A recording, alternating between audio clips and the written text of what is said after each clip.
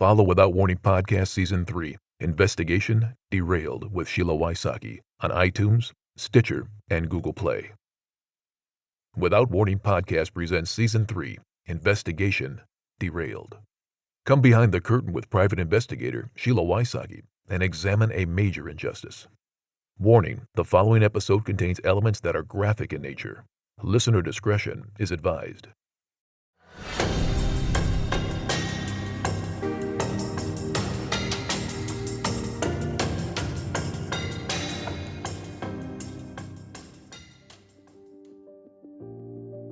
I'm back again discussing some of the common roadblocks families who have lost loved ones under suspicious circumstances face as they look for answers. With me again, crowdsourcer Chelsea and private investigator Lori Morrison from the podcast The Unlovely Truth. Lori and I are joining forces this week to shine a light on what these families face. Please share both podcasts and use the hashtag 2podcast1mission. One of the first roadblocks we're going to talk about is whether the public information is really available to the public. You won't believe what Chelsea went through to get the answer to just one question. Or did she? Doing as many cases as we've done, there are certain things that are similar throughout. There's like a thread that goes through them and you can just follow it. One of the things is FOIAs, Freedom of Information. When you ask a question to an authority, the response seems to be similar. Immediately want to deny your request or ignore it. They'll respond saying, we've gotten it, which is considered an official response. And then they have 14 days or 10 days, or some places 7 days to respond. Florida happens to be one of those states that has transparency. They cannot hide too many things in Florida. What I'm finding through Chelsea's work is we've got a cloudy, muddy swamp area right now. Give an example of what you're dealing with for one simple answer. The longest thread of trying to get an answer for a simple FOIA request has been this surveillance camera outside of the CVS in Moncks Corner. And it all started when Vicki told me that there's a camera that's on a pole outside of that CVS, and anyone who drove Katie's truck that night would have to have driven past this camera. So we could see potentially who was driving Katie's truck. Vicki told me that Captain 𝐿𝐒 had requested the video and that he said that the camera wasn't working that night. So I'm like, you know what? Let's make sure about that. I just want to get an official statement saying we have nothing. This is critical information to have even if you're trying to confirm a theory of potential suicide. It should have been requested at the time of Katie's death. If it was requested, it would be easy to locate when a member of the public wants to see it. The best way I can explain everything that I've gone through is I'm gonna read an email that I wrote to Mayor Locklear and Town Administrator Jeff Lord of Moncks Corner. It states, I'm writing to you both after a long and frustrating journey to find an answer to my question. My question is in regards to a surveillance camera located on a pole outside of the CVS on the corner of Highway 52 and Old Highway 52. I've been trying to find out who maintained that camera and any data collected from it in January of 2008. I started with the South Carolina Department of Transportation, who directed me to a website that showed all of its current camera locations. This camera was not on that list. From there, I checked with the Department of Public Safety and subsequently the Highway Patrol. They sounded baffled as to why I would be contacting them and stated that the only cameras they had were either body cameras or cameras in their cruisers. Next, I submitted an open records request with Lieutenant Meadows, and he is in Moncks Corner, for information about the camera, as well as to the Berkeley County Sheriff's Office. Berkeley County replied that there are no records that match my request. Lieutenant Meadows sent me a letter And in short, it states that he searched the town of Moncks Corner records, and it revealed that the cameras located at that intersection were installed on or about January 5th, 2010. There were no cameras at that location prior to that date. We would not have had cameras in place during the requested time of January 15th, 2008 through January 17th, 2008. Furthermore, I checked our records and could not locate any request for video for this time period. This is where I got a little frustrated because I went on to Google because I trust Vicky. I trust what she tells me. She's proven herself time and again to be honest in everything she says. So I went on to Google Maps and I did Street View.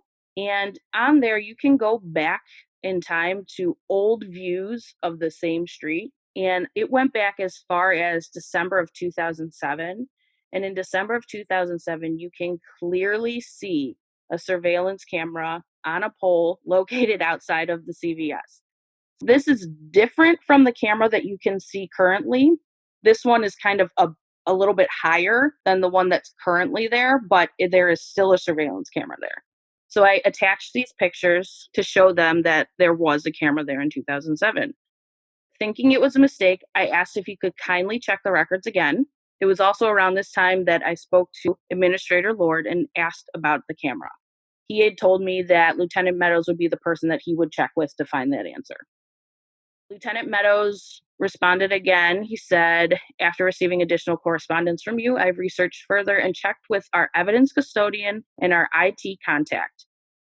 We do not have in our possession any video from the time frame of January 15th, 2008 to January 17th, 2008. So that to me was worded a little funny.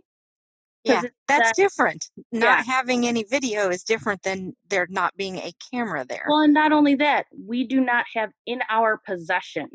I was like, does that mean it's somewhere else? Does that mean, did you own the camera or not? You know what I mean? So because of how that was worded, I emailed him and asked him to clarify.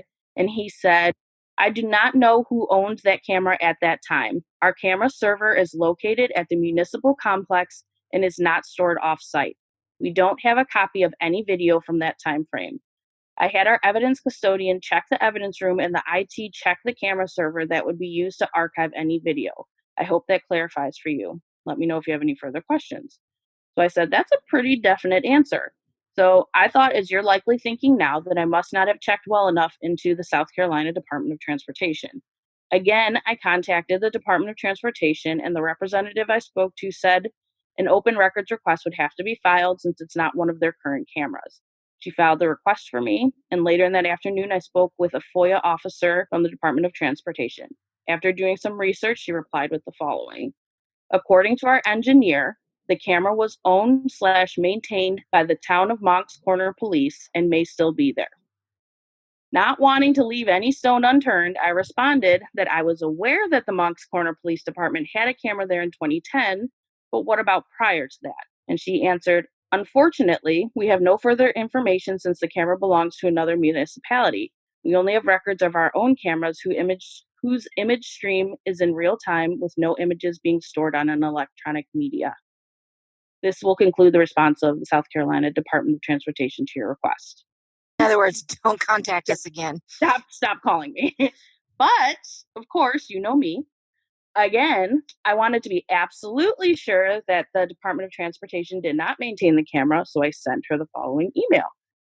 I said, I apologize for seemingly beating a dead horse here, but as I explained before, I just need to be able to, with 100% certainty, cross the South Carolina Department of Transportation off the list.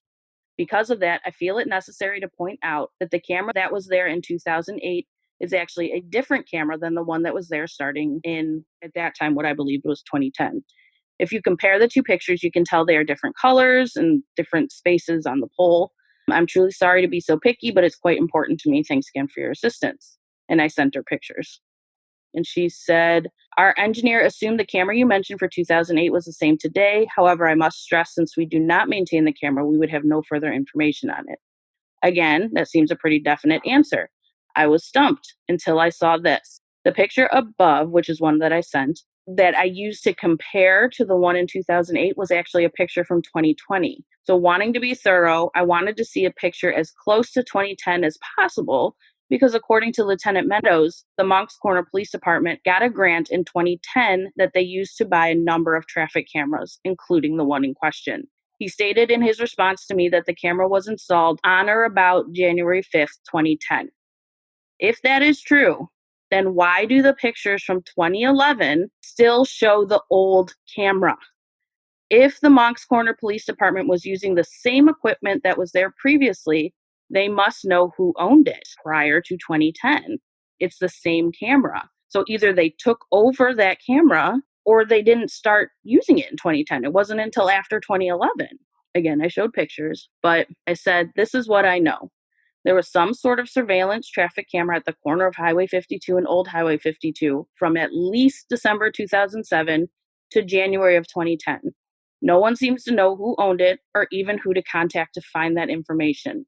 There was some person or organization potentially monitoring the people of Moncks Corner for at least 2 years, and no one even knows what they were monitoring. That is a problem. I'm hoping one of you can provide me with an answer to my question or at least be able to point me in the direction of someone who can help. Almost exactly 24 hours later, I got a response from Administrator Lord, and he said, while the search of our accounting system did show cameras purchased in 2010, which led to Lieutenant Meadows' assumption that there were no cameras before that date, the purchase of a camera for that location was approved in the budget for FY, which I'm taking to mean fiscal year. Yes. Okay, for fiscal year 2008. Therefore, it's safe to assume that the camera in question did belong to the town. So within 1 day, Administrator Lord was miraculously able to find that the camera did in fact belong to Moncks. Well, he said it was safe to assume that the camera belonged to Moncks Corner. Okay, I'm going to interrupt you. He had to safely assume it because you pointed out and you have shown him that you're not going to be pushed around or bullied by him trying to make you go away. He wanted you to go away. You've come back with facts and pictures. You can follow this. It's that thread. Just follow that thread through. When you hear the word Chippendales, the first thing that comes to mind is probably an image involving spandex shorts and bow ties. What probably doesn't come to mind is homicide.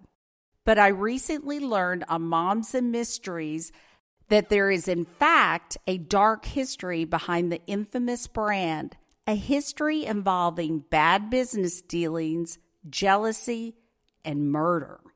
Moms and Mysteries is a true crime podcast hosted by quick-witted friends Melissa and Mandy. These two Florida moms have been behind the mic for over 5 years, receiving over 30 million downloads and counting. The podcast was formerly known as Moms and Murder, highlighting a real crime every Tuesday. Moms and Mysteries hold a spot in the top 100 true crime podcasts on Apple Podcast. A new year is a great time to start adding new podcasts to your rotation with over 260 episodes to binge. Adding Moms and Mysteries to the list is a no-brainer. Subscribing to Moms and Mystery is as easy as searching their name on whatever app you're listening to this podcast on right now. That's right. You don't even have to turn this one off. Just open your podcast app of choice, type in Moms and Mysteries, then hit subscribe. That's Moms and Mysteries anywhere you listen to podcasts. Stop and think for a minute how Chelsea has had to request this information multiple times from multiple agencies, as well as going back to them to get clarification on what little information they did provide. Can you imagine putting a grieving family through this?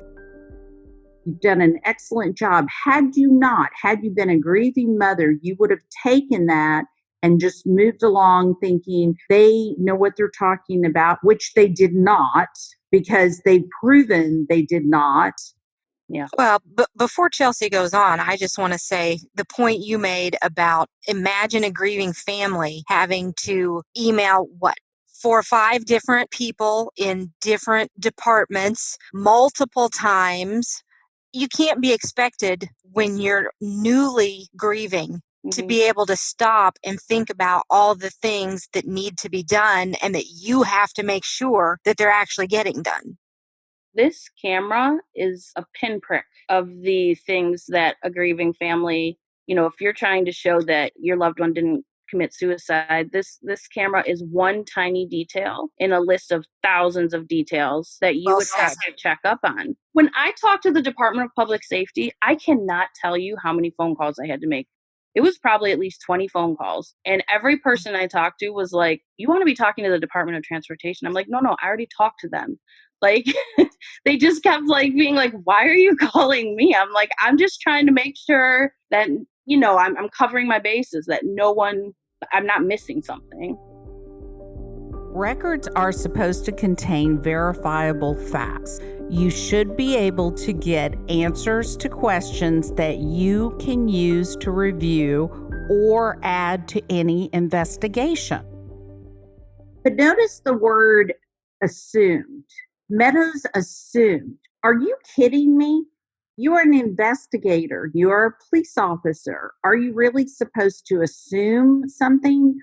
You have someone asking you a question about your community, and the best thing that you said is for 2 years, somebody's out there monitoring the people in Moncks Corner.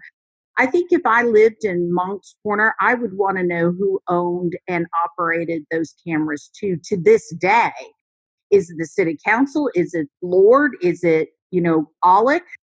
Who's monitoring that? And they can't even tell you. Well, you've got a civilian that figured this out.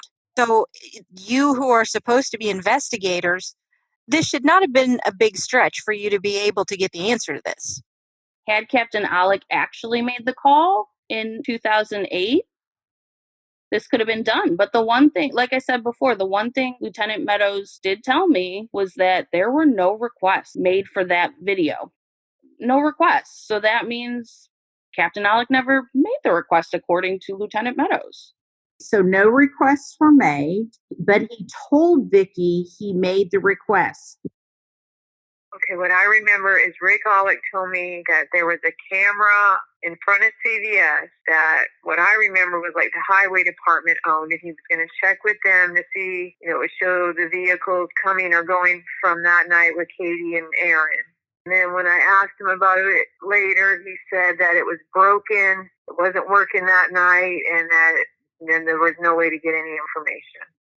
It's amazing to me in how many cases, again, a similar thread, the 911 calls disappeared for that particular date. The cameras weren't working.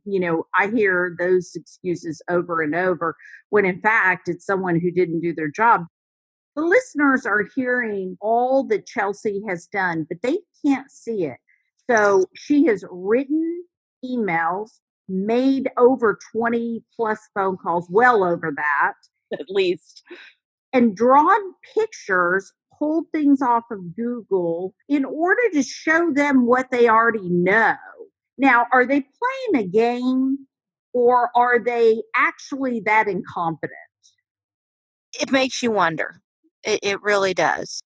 I would love to hear a defense of why it took such an enormous amount of time and energy to get a simple answer after they had to be told that the first answer they gave, we could prove with physical evidence was the wrong answer. Mm-hmm.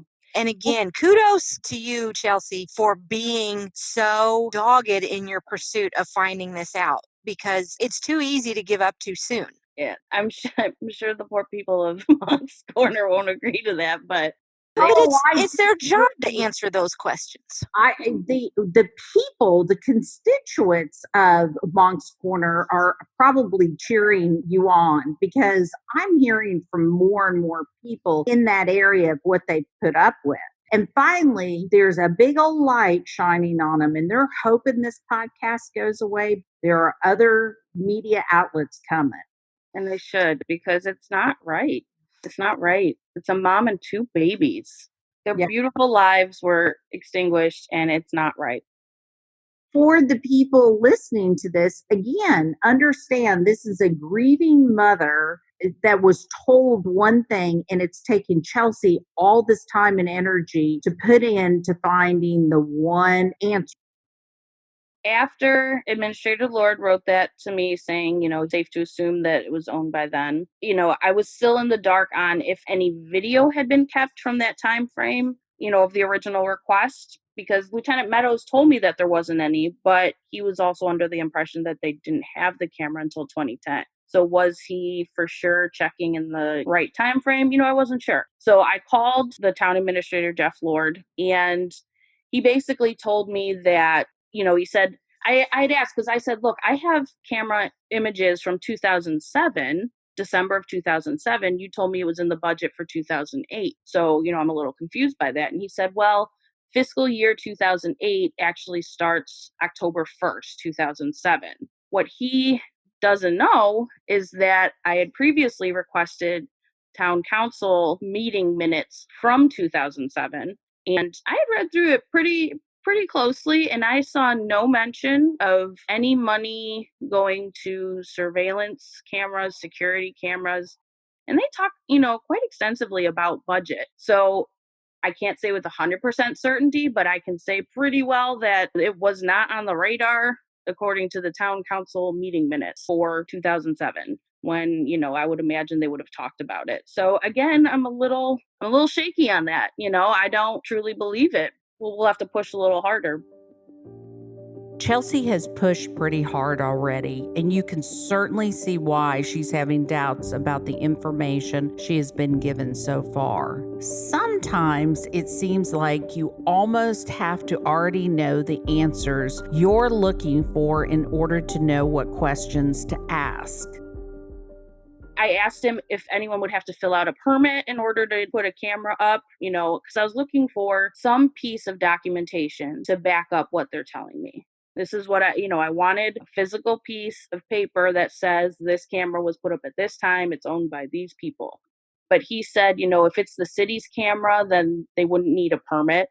Again, I asked him about would there be any video, and he said, the servers back then weren't large. They usually got written over within 90 days. Unless there was a request to hold it or to download that information, it would have been overwritten. So I made the point that someone has come forward and said that they requested that video. If the person's telling the truth, then it should be there. And if they're lying, then that's a problem. And he had said that, he assumed that it was the sheriff's department would be the entity that would ask for it. And he said, if they had asked for it, we would have given it to them and they should have it. He didn't tell me a whole lot after that, but where we stand now is that if Captain Alec requested the video like he told Vicki he did, the sheriff's office should have it. However, Lieutenant Meadows stated no requests were made for the video from that time frame, nor do we have any documentation showing that a request was made. I do want to say that that's just one camera, and then you expanded your request, and they are even more obstinate in answering that. All that she did was on one camera based on what Rick Alec told Vicki that he did. And there's zero record of him doing that. And there's zero evidence in any file that it was done. So if it's not in the file and it's not recorded, it didn't happen. Like you said, that's one camera on one corner. So when you've got a case that has travel involved, you've got several points where you'd want to see if you saw this truck pass. You've got the abandoned truck area. You've got the area where the bodies were found. You should have had the home. That's an awful lot of evidence to have to request when it's not being shared with you. And you have to request it basically piece by piece. You can't just give requests saying, I want everything that has anything to do with this case. You'll get turned down. You have to almost know what you're looking for and be able to name it very specifically, or they'll deny you. The other thing I want to point out is this is one surveillance camera. What does this mean for the video that supposedly was obtained from the trains? If they're pushing this hard against one little surveillance camera and having trouble keeping track of it, what does it mean for the video that could have shown exactly what happened? Even when you get all the information you've been asking for, it's wise to take it with a grain of salt. All investigators have biased and blind spots, so it's our job to be aware of them and stick to the facts that can be proven and be skeptical of what hasn't yet been verified. Another thing we see in a lot of cases is that the person who is first reporting what has happened sets the narrative. And so they are purposefully misdirecting you or just misinformed or too hysterical. Whatever they say is really taken as gospel, and it's repeated and repeated and repeated to the point where people start addressing it as a fact and don't bother to confirm it. We have seen this, all three of us, in multiple cases where someone picks up the phone and says something along the lines of, there's a suicide here. And so they're immediately putting in someone's mind that you don't have to preserve certain types of evidence. You don't have to do certain types of investigation. You don't have to conduct certain interviews, but you don't know what happened. I mean, that's like me driving up to my house and I find a strange man on my porch holding my TV. And he says, thank goodness you're home. I found someone running out of your house with this TV and I was able to get it from them and they ran off. Am I really just going to accept that as fact? Or am I going to say, there's a good chance that this guy standing on my porch is really the one that broke into my house and I happen to catch him and he's trying to talk his way out of it? My point is just, you cannot take the statements you're given at face value. No matter who is giving it to you, you have to corroborate what you're being told. You don't just start telling other people, oh, so-and-so told me it was a suicide. The biggest point, you have to look at the physical evidence, the science. Science doesn't lie. What is the science telling you? Great, get witness interviews. But what did Katie, Aiden, and River tell Rick Alex and his crew at the scene? And what did he collect evidence-wise? And also, what did the medical examiner see? Because the medical examiner obviously should have done her job and really looked at it without being told by the police or Rick Alex what happened. But you and I know that the police nearly always will do that. They will present what they think happened or what a first 911 call told them happened. They will just present that narrative, and then that medical examiner is walking in expecting to find things that confirm what they've been told. And so that's what they see. They start interpreting it through that lens already rather than just going in knowing nothing. And like you said, let the body tell you what happened. Let the evidence tell you what happened. Let science tell you what happened. Exactly.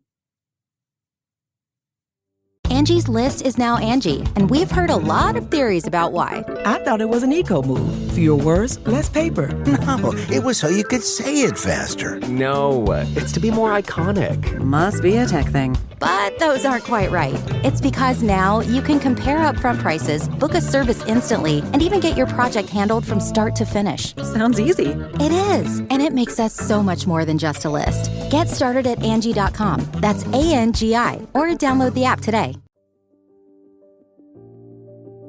Law enforcement agencies typically try to ensure that investigative steps aren't overlooked by instituting policies and procedures for officers to follow. But it has to be more than lip service in order to do right by victims and their families. I found in the policies and procedures from Berkeley County, there's a section called criminal investigations. And there's so many things in there that we talked about last week that are strictly written in their policies and procedures, and they didn't follow it. What I have seen so far in the documentation, in the investigation, if you want to call it that, is nobody followed any of the rules that were taught in any class anywhere, whether it's the police academy or a death investigation class, forensic class. None of it was followed. I don't know if they had a dinner date or if they just, 9 to 5, and because they didn't fill out paperwork. So something was going on. They didn't have to get back to the station to fill out paperwork because we know the paperwork wasn't filled out right away. So what was it that they were so busy doing that they couldn't look and investigate and follow their own policy and procedures? Well, and I'd love the opportunity to ask, have you seen so many deaths? Have you had to process so many scenes that these are no longer people to you? These are no longer somebody's daughter, granddaughter, grandson. It doesn't move you to know that this could be your family. And would you want the investigator on that case to be doing what you're doing? So my question is, if that were your family, Rick Alec, would you want you showing up? Because I don't want you showing up. Would you want your integrity, technique, and skills showing up if it were your wife or your sons? Conducting proper interviews also has established methods. Let's look at what methods should have been used in Katie's case according to Berkeley County's own policy and procedures. Interviews may be conducted with victims, witnesses, suspects, and any other persons who may have knowledge about a criminal offense.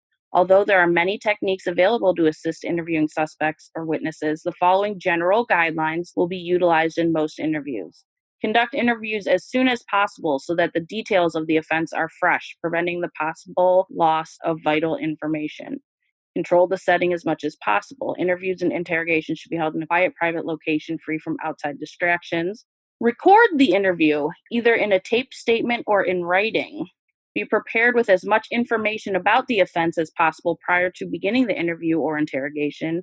Develop through experience and training techniques to structure your interview that addresses the areas of the offense where information may prove useful. So, just with Aaron, you did it a week later.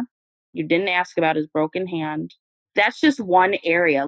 I was looking for the spot that said how soon after they were supposed to have their reports done. It says, whenever the status of any case changes, the assigned investigating personnel must notify the complainant or victim of the change of status. This notification must be noted on a supplemental report form.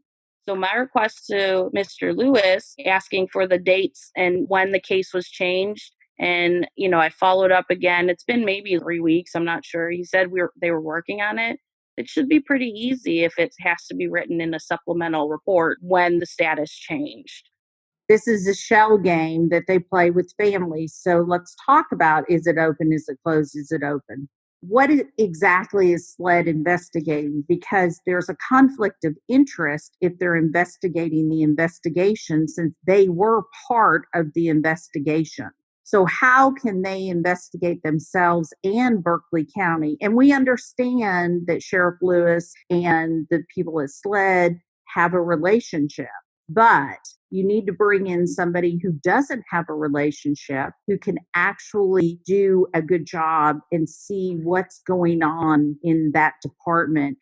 The family deserves a decent investigation. Katie, River, and Aiden are 3 human beings. And if Sheriff Dwayne Lewis is listening to this, he needs to look at his family and decide, would I want to be treated the way I've treated Vicky, Katie, River, and Aiden? I know that one of your big passions, Sheila, is we talked about protocols. We'd like to see those changed or even just followed. They're there a lot of times, they're just not always followed, but changing laws as well. Because I think that people would be shocked to know that sheriffs have little to no oversight. They don't report to anybody. There are, in most states, there are no mechanisms that you can do a recall. Their staff serves at their pleasure. And so their staff understands that if I rock the boat in any way, shape, or form, I can be fired. And so there's so little accountability. And that's something that should change. Absolutely. And I know that one of the things that I'm a big proponent is oversight, citizen oversight. A lot of people don't like that in certain arenas, but I have former law enforcement officers that have worked with me and work with me. And one of the things that I have been told is that they don't like it because it makes them accountable. It makes the sheriff accountable for his actions. When you talk about oversight, I think one thing that we wanted to talk about that we didn't fit in anywhere is an advocate for these families, kind of an oversight of how the family is being interacted with, giving tips for, hey, don't forget, we probably should do this, because those families, they're so caught up in grieving and just trying to survive day by day. There's no way they're going to think of everything that needs to be done. They shouldn't. And unfortunately, in a lot of states, if you want to file a civil action to try to get some answers that you've maybe not been getting from the police, in over half the states in America, you have 2 years or less to file that civil action, or the statute of limitations is over and you don't get to file your suit. And so families, unfortunately, don't have a luxury to take a long time to grieve. And if they had someone in their corner that was saying, hey, I know this is hard, but here's a timeline, and we need to be asking for this now. We need to be doing this now. I think that would really help families in what has to be the toughest time of their lives. Sheriffs hold a lot of power. When you have an issue with one, who do you turn to? It wasn't until Lauren Agee's case that I found out a lot of information about sheriffs. And I just remember that still to this day is the most startling thing I've learned from following the cases that Sheila talks about.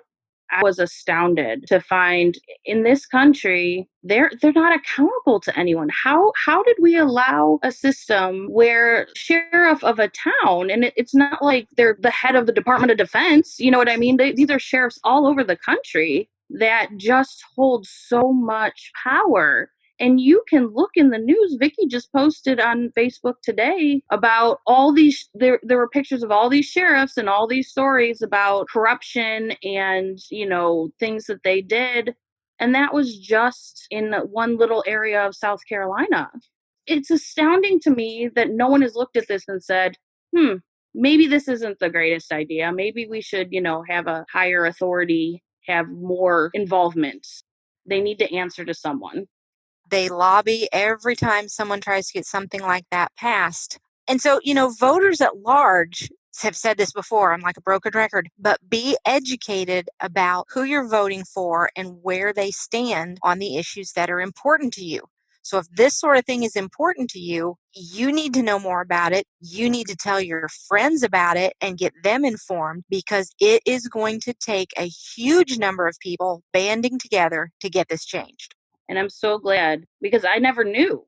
I never ever thought that a sheriff would hold that much power. And I didn't even know the question to ask. So I was so glad to learn that. And I'm so glad that you're mentioning it now, because it's a problem. Well, a couple of things I want to point out. Think about this. Rick Alex is the head of an association right now. He had to be voted in by the people that you potentially are talking about that we're linking the sheriff's story on. Those are the people that, out of all the people in South Carolina, he's the best they can do running this association. So does that scare every person listening to this right now? I don't know, does it? I don't even live in South Carolina, and it scares me. Right. He's their role model. So look at the behaviors they're doing. And who did they learn it from? That is a great point. He is their role model. He is the go-to guy, the head of the association. How did he get that position and how he holds that position? I would love to hear from people. I would absolutely love to hear from people. And I know I will. People call me and they leave messages and they email me. So do that on how Rick Alex was voted to that position. And we're not asking for anything outrageous. Doctors have medical boards that you can make complaints to, and there's a procedure to have them investigated. Attorneys have the same thing. Any profession that's licensed, you've got that licensing board you can go to. If you're a professional and you're doing your job, you should not fear oversight or accountability. There is absolutely no reason not to have that with law enforcement. A lot of times in cases, I have heard over and over that families are threatened by law enforcement. If you do this, you will be arrested because you're interfering. So there's a fear tactic used, and they are bullied by law enforcement who should be protecting them and giving them answers, but instead they're threatening and harassing them. I've read a summary of a case. It's part of my podcast that you so graciously were my guest on, and you and I talked about that, where a pathologist threatened a family, if you keep asking questions about this, I will change the manner of death from natural causes to suicide. And he did. I mean, can you imagine? You're just asking questions. And to me, that calls into question every single determination that pathologist has ever made. If you are willing to change the manner of death for a non-medical reason, how do I know that you have not done that before? And it's likely he has. It totally blew anything I was going to say out of my head. I don't So know. shocking, though, but what these families go through is so shocking. And that's why it's so important for us to discuss it, because the only way we're going to make changes is to shine a light on it. And for some families, that threat is even reaching into the afterlife. If you're a devout practicing Catholic, a suicide cannot be buried in consecrated ground. And that's very important to a family. And so I don't know if this pathologist had information that would be particularly distressing to a family, distressing enough to be called a suicide if you're not. But there are other implications, religious implications. That's an unbelievable threat. And he did it. And he did it. He did change that manner of death. And by the way, just so you know, Chelsea, we're going to look into that case. The one that they're talking about, good, because that's ridiculous. Yeah, we're going to shine a little light on that one.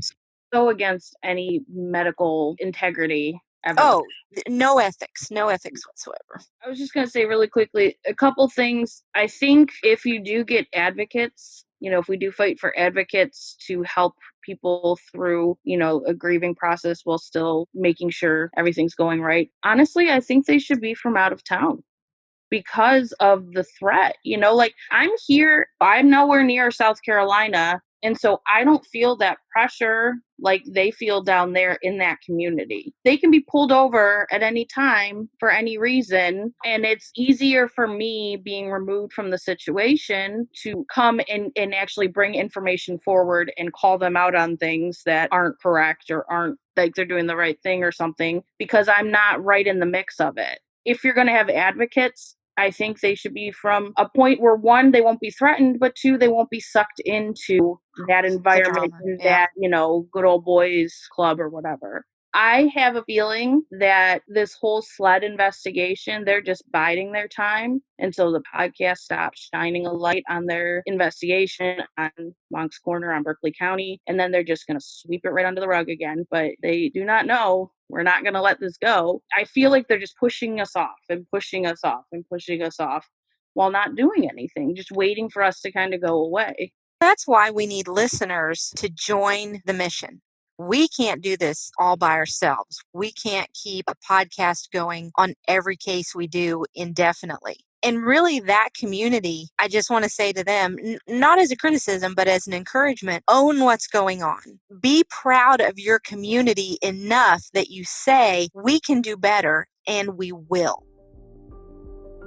We can do better. Victims and their families need us to do better. Next week, I'm taking questions from listeners and talking about what they are saying outraged them the most about Katie, River, and Aiden's case. You will not want to miss it.